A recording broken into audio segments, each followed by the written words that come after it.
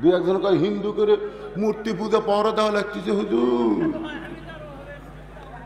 আমার এক ভাই প্রধান অতিথি কি যেন বলবার চাইছিল, আসলে আমরা কিন্তু মূর্তি পাওয়া দেইনি, এবার কিন্তু হামু দিছি মনে করেন, কিন্তু আমরা মূর্তি পাওয়া দেইনি, আমরা ষড়যন্ত্র পাওয়া দিয়েছি।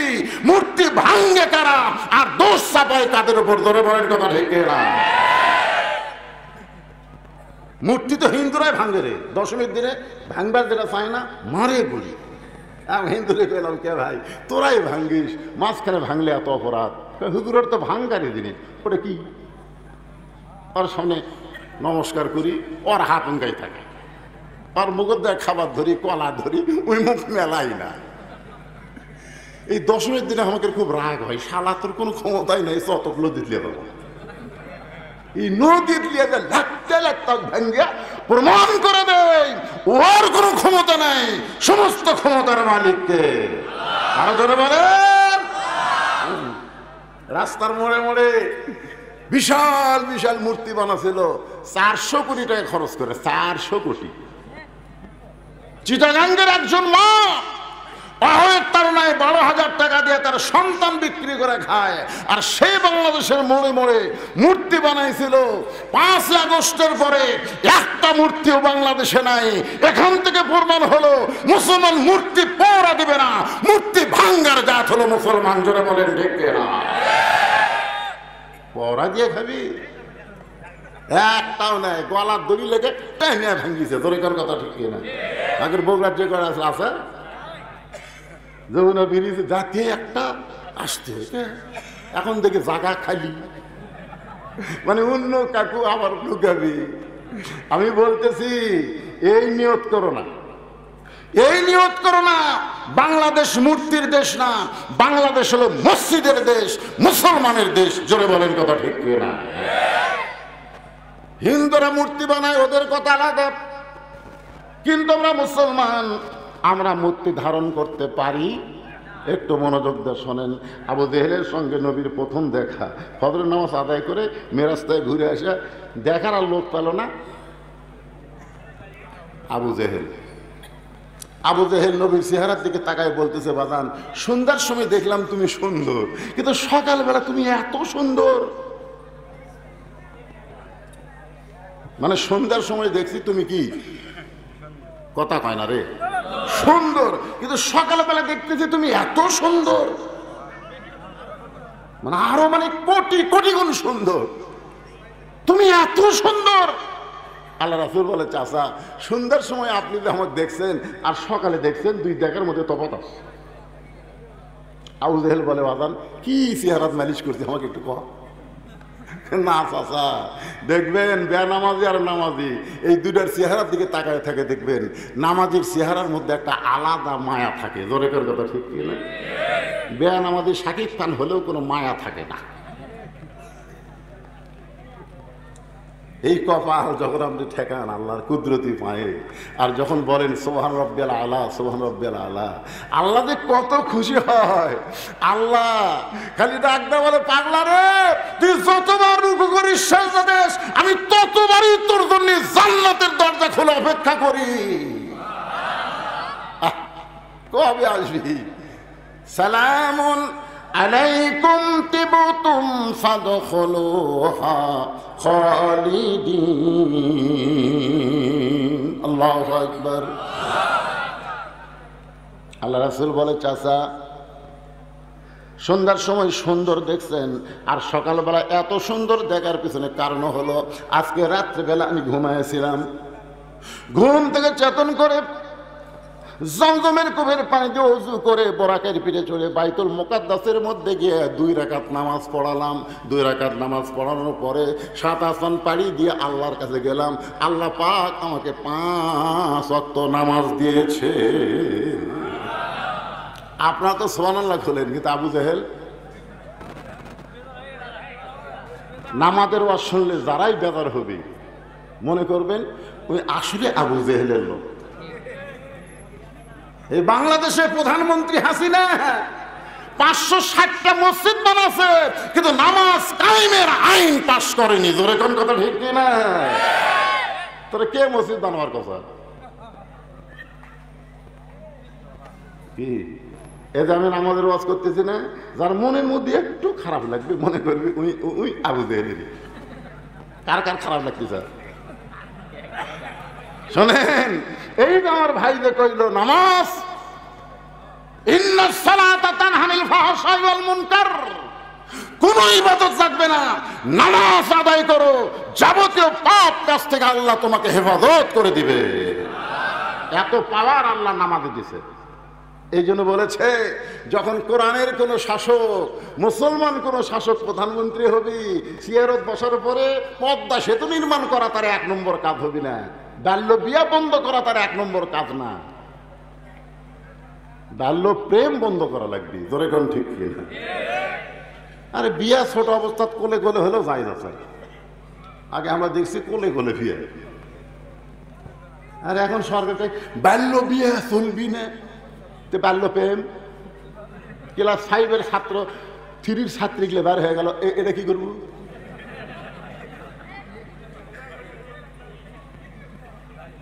আমি আজকে ঘোষণা দিলাম বাল্য বিবাহ সরকারি নিষেধ করতে পারে কিন্তু হারাম না, আর বাল্য প্রেম সম্পূর্ণ হারাম। ধরে বলেন কথা ঠিক? 1 নম্বর দায়িত্ব হবে আল্লাযীনা ইম্মাক্কান্নাহুম ফিল আরদ আকামুস সালাত। 1 নম্বর কাজ হলো সালাত কায়েম করা, নামাজ কায়েম করা। আবু জেহেল সুবহানাল্লাহ কয়নি, আপনার তো সুবহানাল্লাহ করছেন। আবু জেহেল 2 ধাপ পিছনে গেছে, 2 ধাপ পিছনে যা বলতেছে, বাবা আগে জানতাম তুমি আধা পাগলা, এই পুরা পাগলা কেমনে হলা? নবী কহে চাচা পুরা পাগলা মানে? আরে পাগলা তুই কোষ খিরি, তুই বাইতুল মুকাদ্দাসের মধ্যে আজকে রাত্রি নামাজ পড়াছু, সেটি থেকে আল্লাহর আরশত গেছে, বাদ দে, আল্লাহর আরশটা বাদ দে। বাইতুল মুকাদ্দাসের কথা আমি জীবনে 2 বার গেছি। আবু জেহেল বলতেছে আমি জীবনে 2 বার গেছি, যাইতে 30 দিন, আসতে 30 দিন।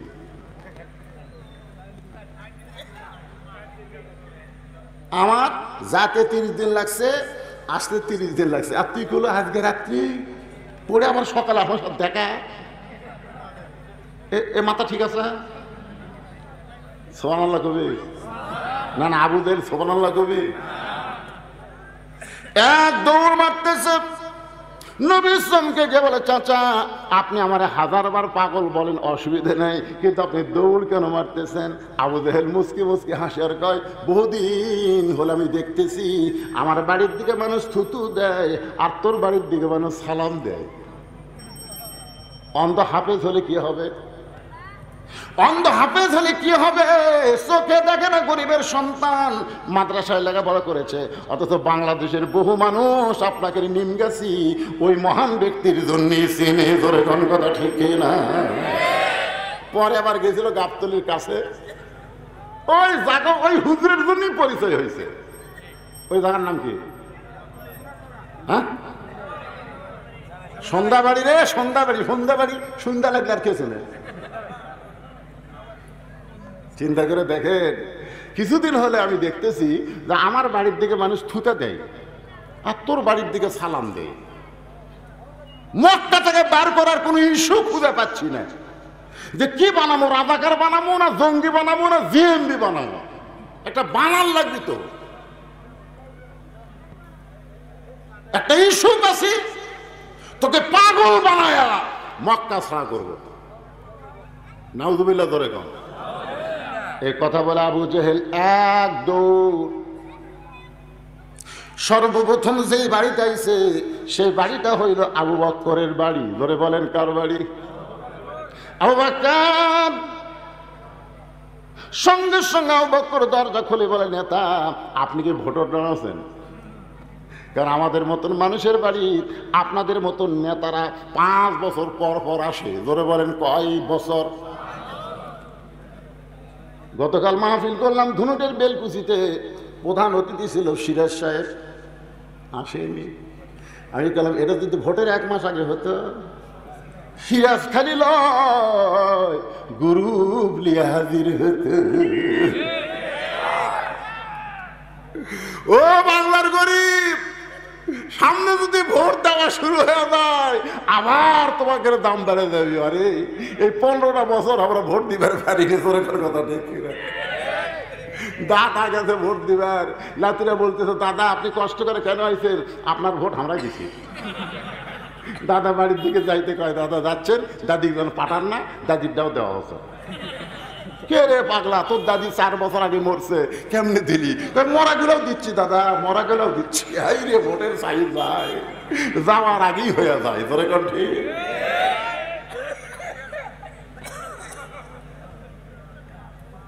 তো সামনে কি আর সেটা হবে?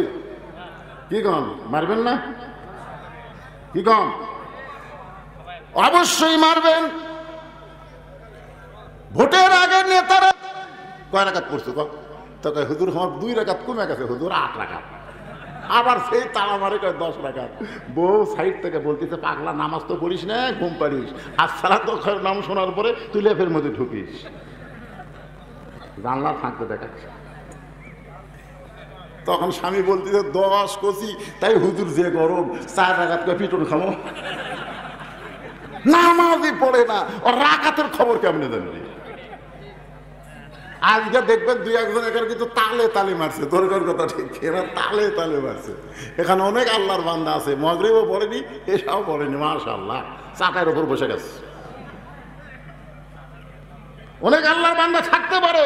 আজকে নামাজের শোনার পরে আমরা নিয়ত করব, হায়াতের কোনো গ্যারান্টি নাই, যে কোনো সময় যদি মরা লাগে নামাজ নিয়ে মরবো। দরকার কথা ঠিক। আমার ফারুক বললেন নবী গো, আল্লাহ ইচ্ছা করলে 5 ওয়াক্ত নামাজ 10 রাকাত দিবার পারতেন, প্রত্যেক ওয়াক্ত 2 রাকাত। আল্লাহ ইচ্ছা করলে 5 ওয়াক্ত নামাজ 15 রাকাত দিবার পারতেন, প্রত্যেক ওয়াক্ত 3 রাকাত। আল্লাহ ইচ্ছা করলে 5 ওয়াক্ত নামাজ 20 রাকাত দিবার পারতেন, প্রত্যেক ওয়াক্ত 4 রাকাত করে। কিন্তু আল্লাহ তাআলা 10ও দিল না, 15ও দিল না, 20ও দিল না। আল্লাহ 17 রাকাত নামাজ কেমনে দেয়? মিল নাই। ধরে কান কি নাই? মিল নাই। কেন 2 4 4 3 আবার 4? আল্লাহ রাসূল বললেন আল্লাহ কেমনে দেয় এটা যদি শুনবার চাও তাহলে সাইদ হয়ে বসো। আগে শোনা লাগবে তো, সামি না কথা আনা, শুনতে হবে আমল করার নিয়তে। বসো। সব সাহাবীকে সাইদ হয়ে বসে গেছে। বুঝলেন? নবী আমার ফজর থেকে শুরু করবেন। ফজরের 2 রাকাত আল্লাহ কেমনে দিল? নবী যখন ফজরের 2 রাকাত কেমনে পাইলেন, পড়লে কত সওয়াব, এই কথা যখনই বলতে যাবেন ঠিক ওই সময় আবু জেহেল গ্রুপ নিয়ে হাজির। নবী কেবল শুরু করবেন এমন সময় আবু জেহেল কি নিয়ে হাজির? আবু জেহেলের গ্রুপ আছে না নাই? এজোর এখন আছে না নাই?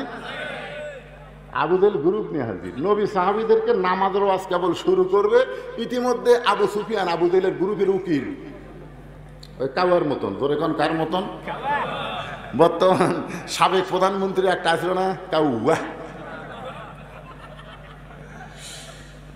ময়না পাখি খাঁচাত বন্দি, আর কাউয়া গুলা খালি কাকা মরছে, মাজার বল নাই, টেজে দুটা 2 হাত দেখাই স্যার বলছে খেলা কথাই কর পারিস না রে কাউয়া, খেলবার গেলে মাজার বল থাকা লাগবে। ধরে কোন কথা কর না কেন?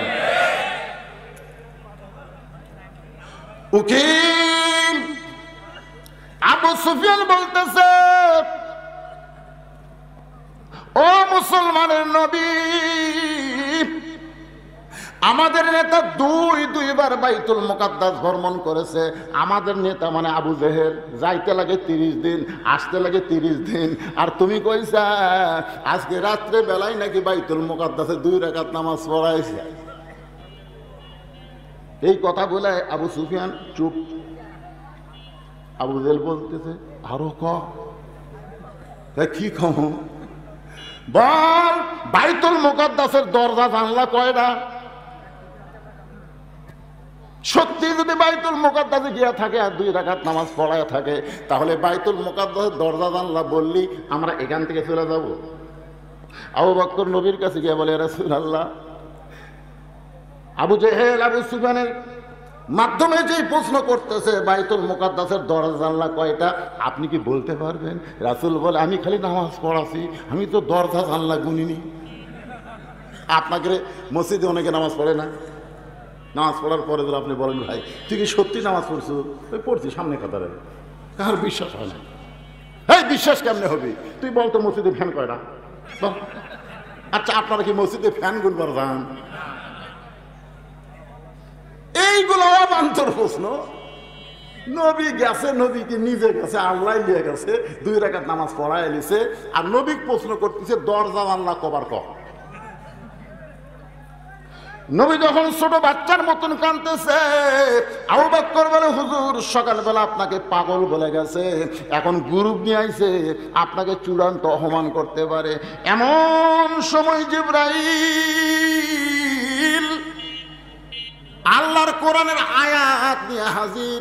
তো ইজ্জু মান তাশা পড়েন, তো ইজ্জু মান তাশা ওয়া তুযিল্লু মান তাশা বিয়াদিকাল খায়র ইন্নাকা আলা কুল্লি শাইইন কাদির।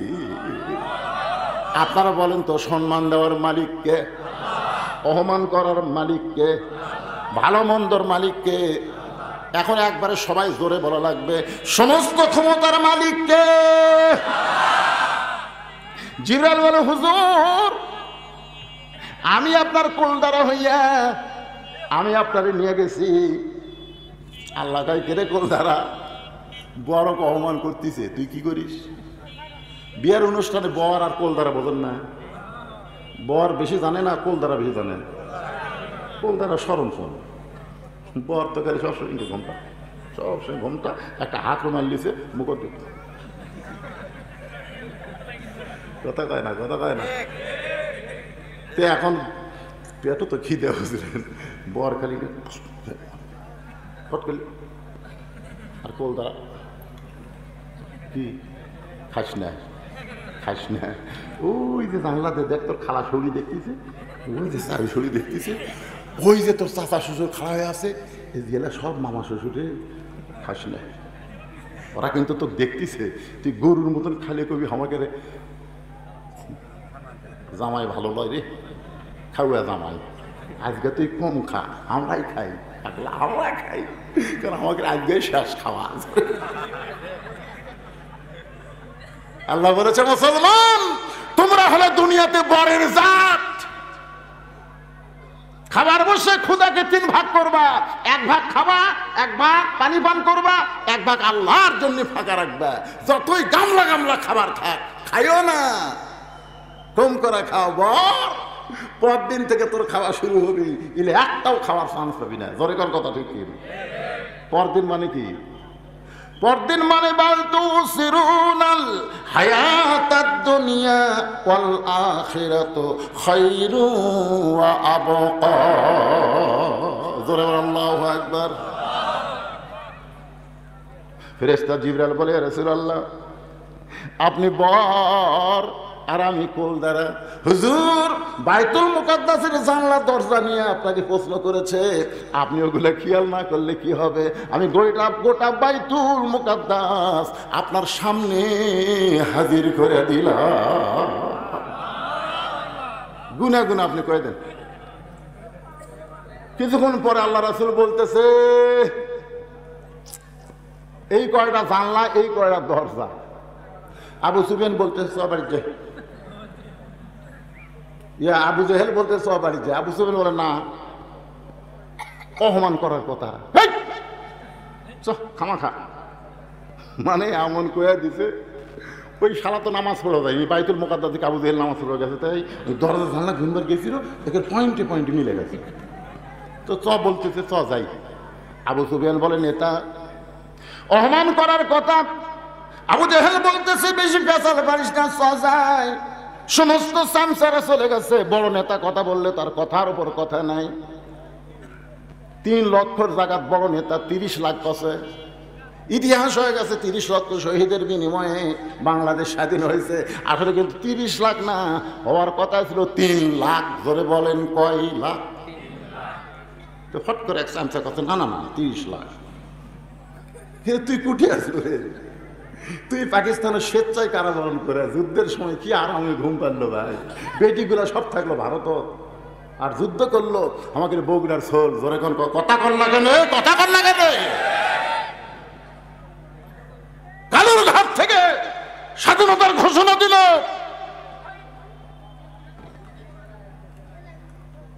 মতিউর একটা বই লিখছে আমার ফাঁসি হবে, বই পড়ে দেখবেন কি মজাই মারছে ভাই। আশাকারী গলাত মালা দেয়, কাম করলো কে আর মালা পেল কে? এই জন্যে বগুড়ার সন্তানকে সবাই বলে শহীদ জিয়া। আরাফার ময়দানে গিয়া শহীদ জিয়ার লাগানো গাছ, নিমের গাছের ছায়ায় প্রত্যেকটা হাজি এবং মসজিদে, ওখানকে আরাফার যে মসজিদে সেখানে দোয়া হয় আল্লাহ এই আমাদের বগুড়ার সন্তান শহীদ জিয়ার নামে, এখনো হয়। ধরে কোন সুবহানাল্লাহ। কি মনে করছেন? কথা প্রসঙ্গে এই নদীকে আপনাদের শুনাইলাম। ইতিহাস আমাদের যুবকদের জানতে হবে, ভুল ইতিহাস শিখালে হবে না, আসল ইতিহাস জানার দরকার আছে না নাই? ধরে বলেন আছে না নাই? কি বলতেছিলাম, সবাই চলে গেছে চামচারা, কিন্তু আবু সুফিয়ান বলে চলো যাই। মানে কি চলো যাই? এত পেঁচার বাড়ি ঘরের মধ্যে চল, ঘরের মধ্যে দুইজন উঠে দরজা ভালো করে লাগা। আবু সুফিয়ান বলে কি করবেন যে দরজা, আরে ফাঁক ফুঁকতে শুনতে পারে, লাগা দরজা জানলা লাগায়া। আবু জেহেল বলতেছে আবু সুফিয়ান ওই আল্লাহর শপথ করে বলতেছি আব্দুল্লাহর এতিম পোলা হলেন আল্লাহর নবী। আবু জেহেল দরজা জানলা বন্ধ করে বলতেছে আবু সুফিয়ান আল্লাহর শপথ করে বলতেছি আব্দুল্লাহর এতিম পোলা হলো আল্লাহর নবী। তা আবু সুফিয়ান বলতেছে এই কথা ঘরের মধ্যে না কইয়া বাইরে যায় কহ। আবু জেহেল কয় কেড়ে পাগলা, বাইরে যদি কই তা আমার নেতাগিরি থাকতে, খালি নেতাগিরি রক্ষা করার জন্য ভালো মানুষগুলোকে ফাঁসির মঞ্চে নিয়ে গেছে। জোরে জোরে কথা ঠিক, কথা বলেন না কেন? আল্লাহর বান্দারা,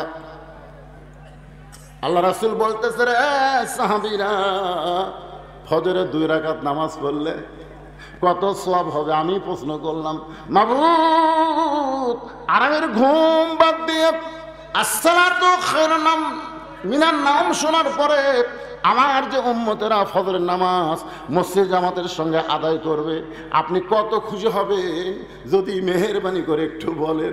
আল্লাহ বলে হাবিব রে, নামাজের মালিক আপনি না, নামাজের মালিক হলাম আমি আল্লাহ। ইন্না সালাতি ওয়া নুসুকি ওয়া মাহইয়ায়া ওয়া মামাতি লিল্লাহি রাব্বিল আলামিন। রে ফজরের কথা বলতে ওই 4টা না কয়টা উঠলো রে? আরে 5 ওয়াক্ত নামাজের মধ্যে সবচাইতে ভারী নামাজ হলো এই ফজরের নামাজ। আপনাদের কাছে কি মনে হয়? ভারী মনে হয় না? আরে যতই পড়েন তারপরেও শীতের কালে ল্যাপত ছাড়ে বেরোতে মিন শারিল ওয়াসওয়াসিল খান্নাস, ভিতরে খান্নাসে ক্রিয়া করে। এ পাগলা চোখ বন্ধ করে, এখনো 8 ঘন্টা টাইম আছে। যেই বন্ধ করছেন ওই এমন টিপা শুরু করছে নামাজের শেষ চেতন। অনেক মুসল্লি আফসোস করে ভাইরে চেতন পাচ্ছিলাম ভাই। আবার আল্লাহ বললেন হাবিব আসসালাতু খায়রুন মিনান নাওম শোনার পরে ল্যাপকে লাত্তি মারবি। ল্যাপক লাত্তি, কিসের শীত কিসের পানি? ল্যাপরে লাত্তি মাইরাম। ঠান্ডা পানিতে উজু করে যখন মসজিদ রওনা দেয়, ফেরেশতা বলে আল্লাহ তোমার যুবক বান্দা যে সময় আরামের ঘুম দেবে সে সময় আসসালাতু খায়রুম মিনান নাওম শোনার সাথে সাথে ঘুমকে লাত্তি দিয়ে ল্যাপকে ফেলা দিয়ে ঠান্ডা পানিতে উজু করে তোমার মসজিদে যায়। এই বান্দার সময়, এই বান্দার সম্বন্ধে তোমার রেজাল্ট কি? আল্লাহ বলতে ফেরেশতা সাক্ষী থাকো, এরা শুধু মসজিদে যাচ্ছে না, মনে হয় এরা বদরের যুদ্ধে ডাক পেয়েছে। হুজুর আপনার আদি পিতা আদম আলাইহিস সালাম তওবা কবুল হওয়ার সঙ্গে সঙ্গে শুকরিয়া তান 2 রাকাত নামাজ পড়েছিল। এই 2 রাকাত নামাজ আমি আল্লাহর কাছে এতই ভালো লাগছে, আমি যত্ন করে রাইখা দিছিলাম। আজকে উম্মতি মুহাম্মাদের জন্য আদমের ওই 2 রাকাত নামাজ আপনাকে দিয়ে দিলাম। আপনার উম্মতেরা ফজরের 2 রাকাত নামাজ যখন জামাতে মসজিদ আদায় করবে, আদম নবীর সমপরিমাণ সওয়াব আমি আল্লাহ তাদের আমল নামায় দিয়া দিব। লিল্লাহি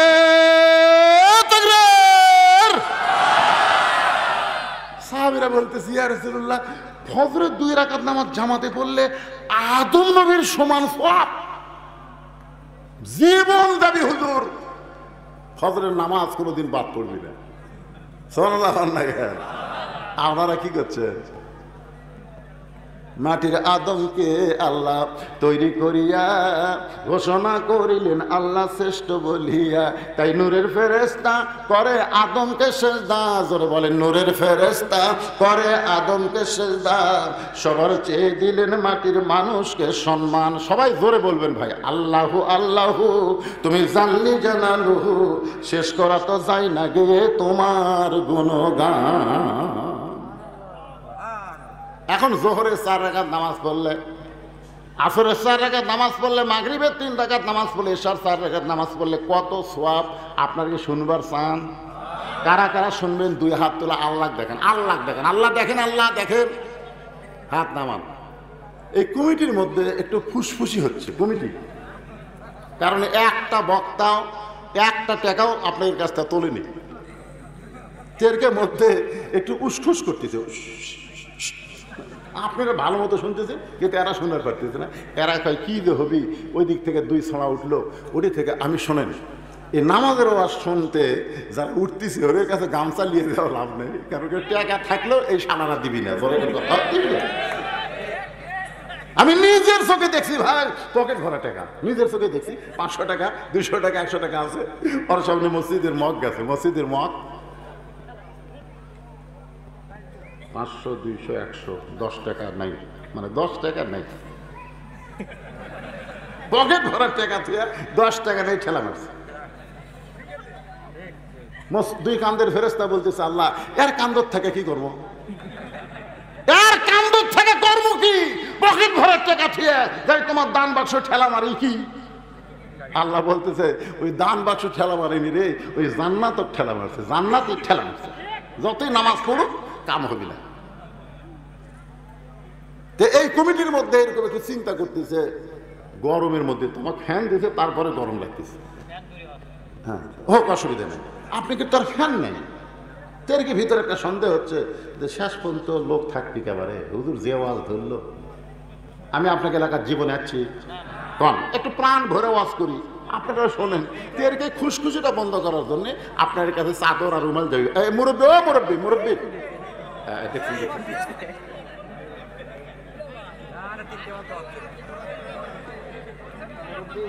এই গামছা আলা কুটি, ব্যাগ আলা কুটি কুটি। আপনাদের কমিটির লোক কোথায়? সেগুলো নিজের তো আওয়াজ দিবে, একজন দেন না, টাকা আর একদিকে চলে যাবে। বহু গাঁজা খোর, হেরোইন খোর বাড়াছে, জোরেখন কথা ঠিক কিনা? আর মেয়েদের মধ্যে যদি মেয়েরাই আদায় করে তাহলে কোনো সমস্যা নাই। আর আপনাকে বিশ্বস্ত লোক পাঠাবেন। হাদিস শরীফ আছে, মেয়েদের মধ্যে এমন লোক পাঠান লাগবে, পুরুষ মানুষ, মেয়ে দেখলে তাদের কিছুই মনে হয় না। একেবারে 80 বছরের উপর বুড়ে একটা মেয়ে মানুষ দেখলো আর কিছুই মনে হয় না। আর একটা হলো 6 বছরের নিচে ছোট বাচ্চা, ওই মেয়ে মানুষ দেখলো আর কিছুই মনে হবে না। দরকার কথা ঠিক কিনা? তাছাড়া মেয়েদের দিয়া মেয়েদের মধ্যেই তোলা ভালো। এটা হলো মহিলা মাদ্রাসা। দরকার কি মাদ্রাসা? এখানে ওরা ছেলে কোথায় পাবে?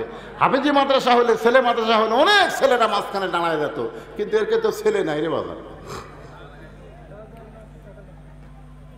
কুটির এই ব্যাগলা কোন দিকে গেল রে?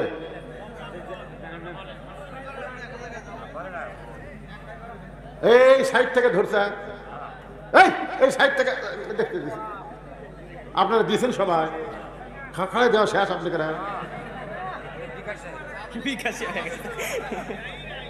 মানে এত তাড়াতাড়ি দান করতেছে, আর রুমাল ধরা সাইজ থেকে টাকা দিবি কুটি, আর থুবি কুটি, আর লিবি কুটি।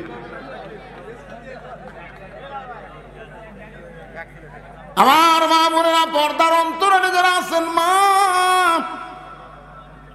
আল্লাহ রাস্তা আপনারা দান করবেন।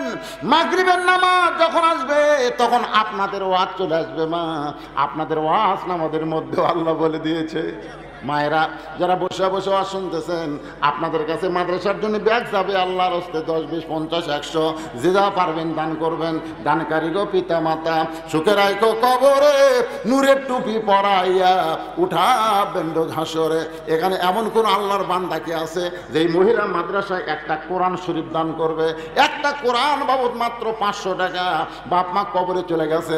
আপনাদের মধ্যে এমন কোন আল্লাহর বান্দা কি আছে যে এই মহিলা মাদ্রাসায় একটা কোরআন শরীফ আমি দান করব? আপনাকে বাজার থেকে কোরআন কিনে আনা লাগবে না, আপনি 500 টাকা দেওয়া মাত্র একটা কোরআন দানের সওয়াব আল্লাহ আপনাকে দিয়ে দিবে। সামনে থেকে দেওয়া লাগবে বাজান, লগদ বুঝলেন? এই দেখেন, আসেন বাবা, আপনি কেউ দিক দিয়ে আসেন, সোনার চান আসেন। হ্যাঁ, দেখেন কিভাবে ওয়াজ শুনতেছে, শুরুর থেকে এ পর্যন্ত চোখ পাল্টায়নি। মনে করতেছে এই শুধু কাম ছাড়া ভাই রে। নবীর মাদ্রাসায় একটা কোরআন শরীফ দেওয়ার ভাগ্যের ব্যাপার। বাপ মা যাদের কবরে গেছে খালি নিয়ত করেন, আল্লাহ একটা কোরআন শরীফ দিলাম, যা সব হয় বাপ মার খবরে দিও। কত কিছু করা লাগতো, বাপ মা থাকলে আপেল কিনা, বেদনা কিনা, ল্যাপের কম্বল কেনা, এ কিনা সে কেনা। কবরে গেছে আর কোনো খবর নেই। আর সেই মরা মা বাবার জন্যে নবীর এতিম মাদ্রাসায় একটা কোরআন বাবদ 500 টাকা দিবেন। দোয়া করে দিব আল্লাহ বাপ্পার কবরকে যেন আল্লাহ জান্নাত বানায় দেয়। মাশাআল্লাহ। আর একজন পাওয়া গেল, আল্লাহ তোমার এতিম মাদ্রাসায় একটা কোরআন বাবদ 500 টাকা দান করেছে। আর একজন কোরআন শরীফ বাবদ, একটু বাতাসে উড়ে যাচ্ছে তো, একটু আচ্ছা ঠিক আছে। আরেকজন কোরআন শরীফ বাবদ 500 টাকা দান করছে, আল্লাহ কবুল করেন। আর একজন আল্লাহর বান্দা কোরআন শরীফ বাবদ 500 টাকা দান করছে, আল্লাহ দানকে কবুল করেন, আল্লাহুম্মা আমিন। আর একজন আল্লাহ তোমার বান্দা বাপ মার জন্য কোরআন শরীফ বাবদ নবীর এতিম মাদ্রাসায় 500 টাকা দান করেছে, আল্লাহ দানকে কবুল করেন, আল্লাহুম্মা আমিন। একজনও লড়াচড়া করবেন না, যারা শুধু কোরআন শরীফ দিবেন। কোরআন শরীফ সবচাইতে বড় দান। নবীর এতিম মাদ্রাসায় মহিলা মাদ্রাসায় একটা কোরআন বাবদ 500 টাকা দিলেই আপনি কোরআন দানের সওয়াব পেয়ে যাবেন। এই ফ্যান ঘুরে উদিকে দিতে গেলে টাকা উড়ে যাচ্ছে, ছুঁয়ে দিচ্ছে জায়গা মতো। আসেন বাবা, আসেন আসেন, 500 টাকা দেওয়ার কেউ নাই। নবীর এতিম মাদ্রাসায় 500 টাকা দিবেন, একটা কোরআন দানের সওয়াব আল্লাহ আপনাদের আমল নামায় দিয়ে দেবেন ইনশাআল্লাহ। ব্যাগের আদায় হলে ব্যাগ কোন দিকে যাবি? ব্যাগ কি টেলতে আসবি?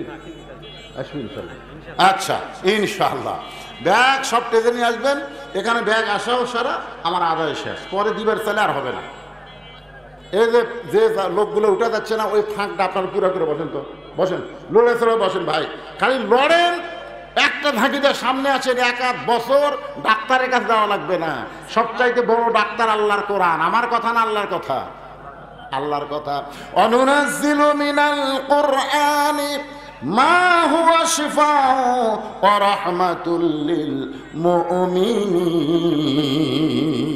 এই কোরআনকে আল্লাহ মুমিনদের যাবতীয় রোগের ঔষধ হিসাবে, শেফা হিসাবে আল্লাহ নাজিল করেছে। ধরে কোন সুবহানাল্লাহ, সোনালা ধরে খাওয়া যায় না।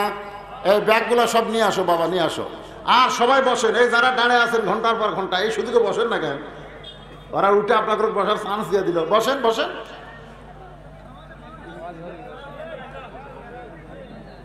জোহরের 4 রাকাত ফরজ নামাজ আমাদের জাতির পিতা হযরত ইব্রাহিম আগুনের চুলা যখন শান্তির বাগান পায়, আগুনের চুলা যখন শান্তির বাগান পায়, শুকরিয়া দান এক নিয়তে 4 রাকাত নামাজ পড়ে। ধরে কোন কয় রাকাত? এই কথা কন না কেন, কয় রাকাত? 4 রাকাত নামাজ পড়ে আল্লাহর কাছে বলে, মাবুদ আগুনের চুলা তুমি শান্তির বাগান বানায় দিয়েছো আমার ইমানের খাতিরে, আমি তোমাকে খুশি করার জন্য সেজদা দিলাম। এক নিয়তে 4 রাকাত নামাজ পড়ে সালাম ফিরাই। আল্লাহ বলে, হাবিব ওই ইব্রাহিমের আগুনের চুলা শান্তির বাগান পাইয়া আপনার জাতির পিতা যে 4 রাকাত নামাজ আদায় করেছে, ওই 4 রাকাত নামাজ আমি আল্লাহর কাছে এতই ভালো লাগছে, আপনার উম্মতের জন্য জোহরের 4 রাকাত ফরজ হিসাবে আপনাকে দিয়ে দিলাম। আপনার উম্মতেরা জোহরের 4 রাকাত ফরজ নামাজ যখন জামাতের সঙ্গে আদায় করবে, ইব্রাহিম নবীর সমপরিমাণ সওয়াব আমি আল্লাহ দিয়া দিব। আল্লাহু আকবার। এই ফাঁকে আল্লাহর একজন বান্দা কোরআন শরীফ বাবদ 500 টাকা দান করেছে, আল্লাহ দানকে কবুল করেন। আপনারা যে হালখাতা করলেন, খবর কি টাকা উঠছে? হালখাতা উঠছে, মানে যেটা হালখাতা থাকে, হালখাতা বোঝেন না? খিলে টাকা নেয়, আগে টাকা নেয় না, আগে খিলাই সাইজ মতো খিলাই। দেখলাম গরুর গোস্ত পাক করছে, কেড়ে এরা তা আকবরি আর ঘুনেও ফেরে, কিন্তু ভাত একটু নরম আছে, গোস্ত সেই হালখাতা করে খিলেছে। এই জন্য যা উঠছে উঠছে, আলহামদুলিল্লাহ। এখন ওয়াজ শোনেন। তাহলে ফজরের 2 রাকাত নামাজ জামাতের সঙ্গে আদায় করলে আদম নবীর সমপরিমাণ সওয়াব আল্লাহ দিবে। সুবহানাল্লাহ কোন। যোহরের 4 রাকাত নামাজ জামাতে আদায় করলে কোন নবী? আরো জোরে কোন, কোন নবী? আসরের 4 রাকাত ফরজ। এই যে কোরআন শরীফ সবচাইতে বেশি যেই নবীর আলোচনা, আপনি আমাদের নবীর উপর আল্লাহ কোরআন দিছে, কিন্তু সবচাইতে বেশি যেই নবীকে নিয়ে আলোচনা হয়েছে, বলেন তো সেই নবীর নাম কি? হ্যাঁ, কোরআন শরীফের সবচাইতে বেশি আমাকে নবীর উপর নাজিল করলো, আর মুসা নবীর নাম আল্লাহ বেশি দিল। সাহাবীরা কয়, হুজুর এটা কেমন হলো? রাসূল কয়, শোধবোধ। সুবহানাল্লাহ। সাহাবার চুপ করে, শোধবোধ মানে? বলে মুসা নবীর উপর যে কিতাব আল্লাহ নাজিল করেছে, ওই কিতাবে আমার নাম বেশি, আর আমার উপর আল্লাহ যেটা নাজিল করছে সেটার মধ্যে মুসা নবীর নাম বেশি। শিক্ষা দেওয়ার জন্য এই যে আমার আগেকার বক্তা আপনাদের সামনে ওয়াজ করলেন, ইযহাব ইলা ফিরাউন ইন্নাহু তাগা। আল্লাহ বললেন মুসা ফিরাউনের কাছে যাও, ফিরাউন তাগুত হয়ে গেছে। মুসা তখন কি বলছিল? আল্লাহ একলা যাবো। আল্লাহ বলতেছে মুসা ফিরাউনের কাছে যাও, মুসা বলতেছে আল্লাহ একলা যাবো। আল্লাহ বলতেছে তোর সাথে কে যাবি? কে যাবি মানে? কাম কর্ম তোমার আর পিটন খামা আমি। তুমি কি মনে করছো আমি যে মুসা ফেরাউনের কাছে বলবো লা ইলাহা ইল্লাল্লাহ, ফেরাউন তো তোমাকে পাবি না, আমার দিবি? তো তুমি কও কাম কার? আল্লাহ বলতেছে আমার খাম। ওমান আহসানু কওলাম মিম্মান দাআ ইলাল্লাহ ওয়া আমিলা সালিহান ওয়া ক্বালা ইন্নানী মিনাল মুসলিমিন। জোরে বলেন সুবহানাল্লাহ। আপনারা বলেন তো কলেমার দাওয়াত দেওয়া কার কাজ? সবাই কয় না। জোরে বলেন কার কাম? আল্লাহর কাম। আপনার নাম আল্লাহ, আমি দাওয়াত দিব ফেরাউনকে, আর ফেরাউন আমাকে ধরে মারবি, আর আপনি আরামে বসে থাকবেন। আল্লাহ কয় মুসা তুই কি চাস? মুসা বলতেছে আল্লাহ যদি ফেরাউনের কাছে যাইতে হয় তাহলে আপনার কাছে একটা জিনিস আমি জানতে চাই। আল্লাহ বলে মুসা কি জানতে চাস? মুসা বলতেছে আল্লাহ সেই জিনিসটা হলো আমি যদি আল্লাহ হই আর আপনি যদি মুসা হন, তাহলে আমার কাছে কি চাবেন কোন? আল্লাহ কয় মুসাই তুই জীবনেও আল্লাহ হওয়ার পারবো না। মুসা বলতেছে আল্লাহ তুমিও কোনোদিন মুসা হতে পারবা না, তোমার জায়গা তুমি, আমার জায়গা তুমি। মনে